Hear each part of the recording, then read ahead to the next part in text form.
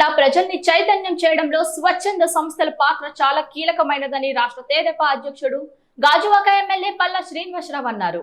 ప్రమాదాలను నివారించాలని కోరుతూ పల్లా కార్తిక్ సేవా ట్రస్ట్ ఆధ్వర్యంలో అగనంపూడి జాతీయ రహదారి వద్ద అవగాహన ర్యాలీ చేపట్టారు.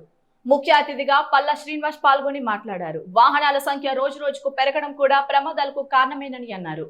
మితిమీరిన వేగం ప్రాణాల మీదకు తెస్తుందని, ఈ విషయంలో రాష్ట్ర పోలీస్ శాఖ అన్ని జిల్లాల పోలీసులను అప్రమత్తం చేసిందన్నారు. ప్రజల్లో చైతన్యం తేవడం కోసం జిల్లా పోలీసులను అప్రమత్తం చేసిందన్నారు. ట్రస్ట్ చైర్మన్ పల్లా కార్తిక్ తీసుకున్న చొరవ అభినందనీయమని పేర్కొన్నారు. కార్తిక్ మాట్లాడుతూ అగనంపూడి నుంచి శీలానగర్ మీదుగా రాకపోకలు సాగించే వాహనాలకు వేగ నియంత్రణ అమలు చేయాలని కోరారు.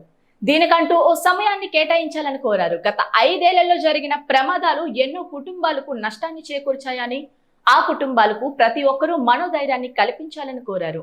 అనంతరం దువ్వాడ సిఐ ఎర్రన్ నాయుడుకి వినతి పత్రం అందజేశారు. కార్యక్రమంలో స్థానిక నాయకులు గవర సోమశేఖర్, గంతకూరు అప్పారావు, బలిరెడ్డి సత్యనారాయణ, చట్టి రమణ తదితరులు పాల్గొన్నారు.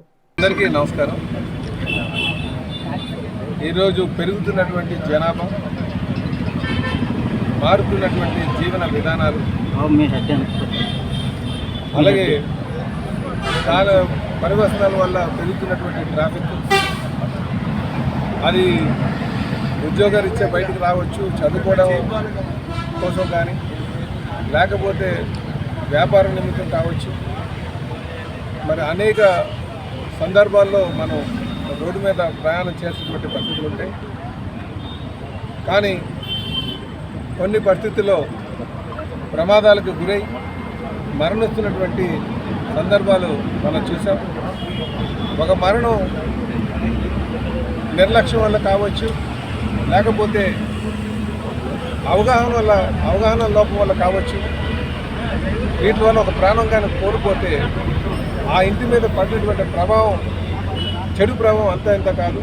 కనుక ప్రతి ఒక్కరు కూడా బయటకు వచ్చేటప్పుడు రోడ్డు పట్ల, ఈ ట్రాఫిక్ పట్ల అవగాహన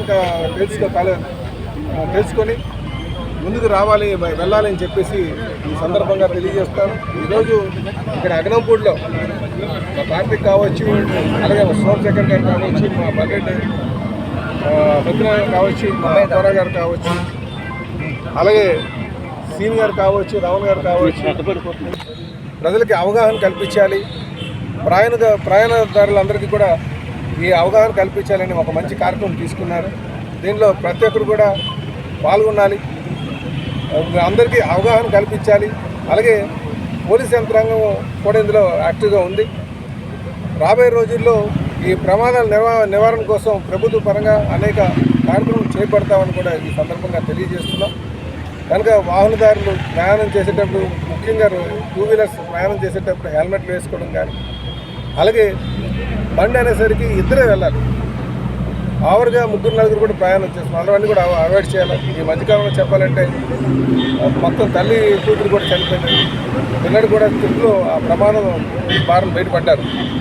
అలాగే యువకులు, చాలా చిన్నపిల్లలు కూడా కొంచెం, అలాగే కొంతమంది వాహనదారులు తాగి నడుపుల వల్ల కావచ్చు.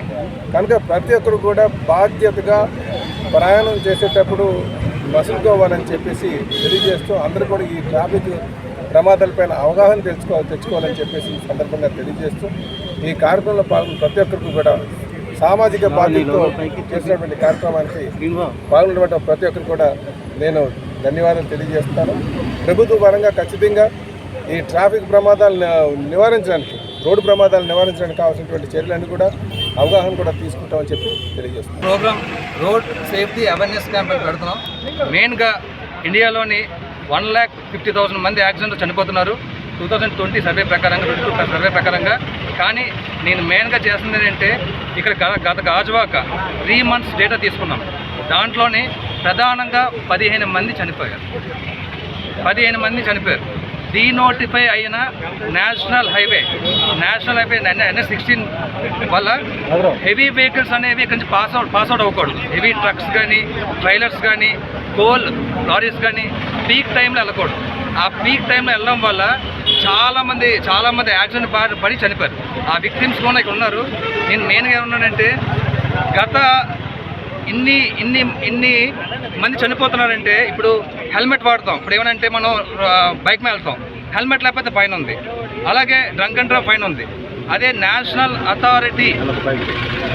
హైవే అథారిటీ ఆఫ్ ఇండియా పొరపాటు చేస్తే దానికి మనం ఎవరిని బాధ్యులు చేద్దాం? వాళ్ళకి ఒక ఫైన్ ఉండాలి కదా. ఎందుకంటే ఇది ప్యూర్గా ఇక్కడి నుంచి వస్తే రోడ్ ప్యాచెస్ ఉన్నాయి. రోడ్ ప్యాచెస్ వల్ల ఎన్ని మంది చనిపోతున్నారు?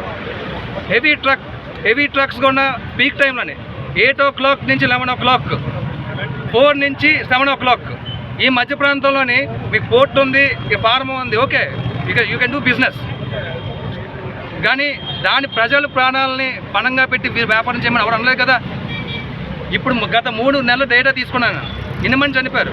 అదే 5 years డేటా తీసుకుంటే 2015 నుంచి 2024 వరకు డీనోటిఫై అయిన హైవే మీద ఎలాగంటే వెహికల్స్ మీరు ఇచ్చేస్తారు. వెహికల్స్ పంపించారు, వర్క్ పర్మిట్ ఇచ్చారు, మరి ఏ సేఫ్టీ ప్రికాషన్ తీసుకున్నారు?